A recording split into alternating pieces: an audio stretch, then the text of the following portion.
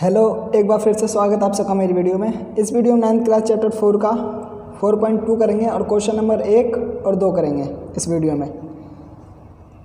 तो चलो शुरुआत करते हैं। और एक और चीज़, अगर आपने बेसिक की वीडियो नहीं देखी तो आप बेसिक जरूर देख लेना पार्ट 1, क्योंकि वो देखोगे तो आपको ज़्यादा समझ आएगा।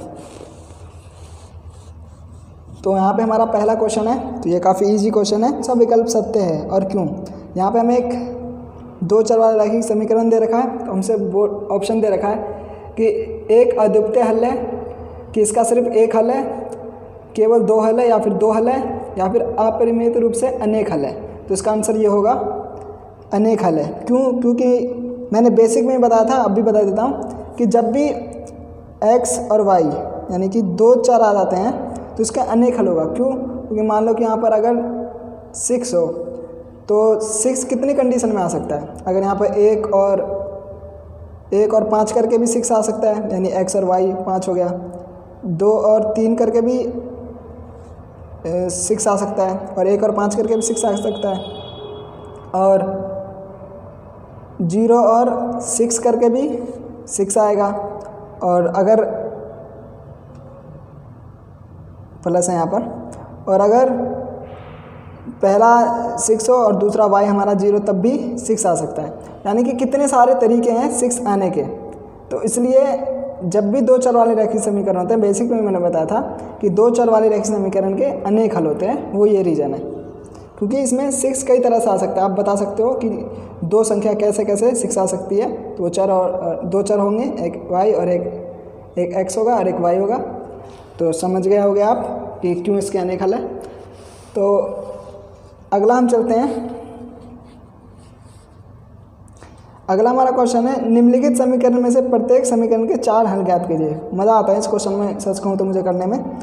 आपको समीकरण दे रखा है और आपको 4 हल बताना है। तो चलो करते हैं। तो यहाँ पे हमारा पहला समीकरण है 2x + y = 7। तो इसको करने के लिए आपको क्या करना होता है, सबसे पहले x लो, x का मान कुछ भी ले लो। पहले आपने 0 ले लिया, x का मान मान लो। तो इस समीकरण में पुट करो 0 को। आपने x का मान 0 लिया, + y = 7। तो 0 को अगर हमने 2 से गुना करा तो 0 ही रहा। तो 0 और y को प्लस करेंगे तो y रहेगा। तो y बराबर क्या आ गया? 7। यानी y का मान क्या आ गया? 7। तो इस तरह से एक हल क्या हुआ, x और y। तो एक हल क्या हुआ, 0 और 7। यहाँ पर x हमारा 0, हमने x लिया था, और y का मान तो फिर अपने आप ही निकल गया। तो y हमारा 7। ठीक है, तो ये हमारा पहला मान हुआ। इसी तरह दूसरा मान, इसको हम पहला y मान लेते हैं और इसको हम दूसरा y अब देखते हैं। दूसरा मान देखते हैं। तो x का मान हमने अब रख लिया 1। ठीक है, तो अगर हम x का मान 1 रखेंगे तो समीकरण में पुट करते हैं। हमारा समीकरण है, तो x की यहाँ पे 1 लिखते हैं। तो 2 × 1 बराबर + y बराबर 7। तो 2 × 2 y बराबर 7। y और 7 ऐसे ही रहा, और ये प्लस का इधर आके माइनस में हो गया। तो y कितना हो गया? 5 हो गया। ठीक है, तो y बराबर 5 हुआ। तो यानी पहला हमें, तो इसमें क्या मिला हमें, तो ये वाला हमारा मिला 1 और 5। तो हमें ये मान मिला। अब हम करते हैं इसका तीसरा मान। ऐसे आप रखते रहो, आपको आंसर मिलता रहेगा। तो आप x की हम रख लेते हैं 2 रख लेते हैं। कुछ भी आप रख सकते हो, जरूरी नहीं है यही रखो, कुछ भी रख सकते हो आप। तो अगर हम x की यहाँ पे 2 रखें तो हमारा समीकरण क्या है, तो x की यहाँ हम 2 रखेंगे तो +y = 7। 2 दूनी 4, y 7, और y यहाँ रहा 7, और इधर आ गया माइनस में हो गया। तो y और ये कितना गया, 7 में से 4 गया तो 3।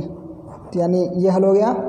तो x और y, तो हमारा x क्या आया, 2 हमने लिया था, और y हमें फिर मान क्या प्राप्त हुआ, 3। तो ये हमारा तीसरा हल हो गया।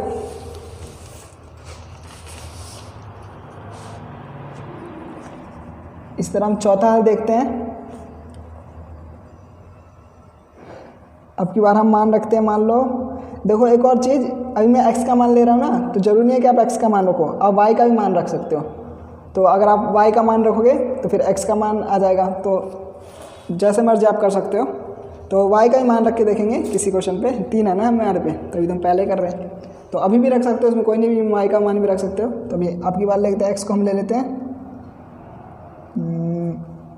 मान लो हमने 6 ले लिया, इसे करके देखते हैं, कुछ भी ले सकते हो, मैंने 6 ले लिया था, हमारा समीकरण था y बराबर 7, तो हमने 6 लिया, तो यहाँ पे हमने लिखा 6y7, तो आंसर अलग अलग आ सकता है, ठीक है। आप कुछ जब अगर 5 लेते हैं 10 लोगे तो हर बार अलग अलग आंसर है, इसलिए कहते हैं इसके अनेक हल होते हैं। 6 दूनी 12 प्लस y बराबर 7, तो y और 7 और इधर आके हो गया माइनस में हो गया, तो इसका आंसर क्या हो गया, तो 7 में से अब ये बड़ी संख्या है तो 7 में से 5 गया, 7 में से 12 गया तो 5 आया, और माइनस का चिन्ह आएगा क्योंकि माइनस की संख्या बड़ी है। तो यहाँ पे हमारा क्या हो गया हल, ये हमारा हो गया 6 और -5 हो गया हल हमारा, ठीक है। तो इसी के साथ ये पहला पॉइंट तो समाप्त हुआ। अब चलते हैं दूसरे पॉइंट की ओर।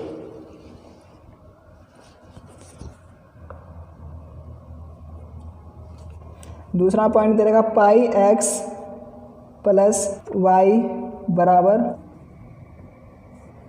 ठीक है, हमें ये वाला दे रखा है। तो इसको करने के लिए देखो क्या करेंगे, तो सबसे पहले हम एक मान लेते हैं इसमें कि x बराबर 0 ले लो। 0 तो हम कंपलसरी है कि पहला मान यही रखा करो, तो हमने समीकरण में रखते हैं गुना 0 प्लस वाई बराबर 9।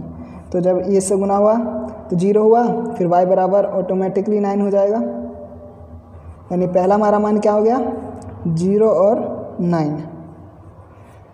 इसी तरह आप क्या करो, x का मान रख लो, अब 1 रख लो। तो जब x का मान 1 रखा प्लस y बराबर 9, तो पाई को 1 से गुना पाई, y बराबर 9, तो y इधर आ और ये इधर आके पाई क्या हो गया माइनस में, तो हमारा मान क्या हो गया पाई बराबर हो गया, यही मान हम मान लेते हैं। तो यानी कि दूसरा हल हो गया हमारा 1 और 9 माइनस पाई, ठीक है। देखो इसी की तरह आप करते रहोगे तो ऐसे ही मान आते रहेंगे। तो आई होप कि आप तो समझ ही गए होगे आप कि किस तरह से करना है। तो इसलिए मैं तीसरा ही पॉइंट करा देता हूँ सीधा, क्योंकि आप समझ गए होंगे, बार बार वही चीज़ आप कराओगे तो बोर हो जाओगे। तो अब हम तीसरा करते हैं। 2 मान तो मैंने निकाल दिए थे, 2 आप निकाल के देखना उसका। अगला हमारा x बराबर 4y, ये भी काफ़ी मस्त है, इसे देखते हैं। इसमें y का मान लेके रखते हैं, ठीक है। y का मान हम लेते हैं पहले 0, ठीक है।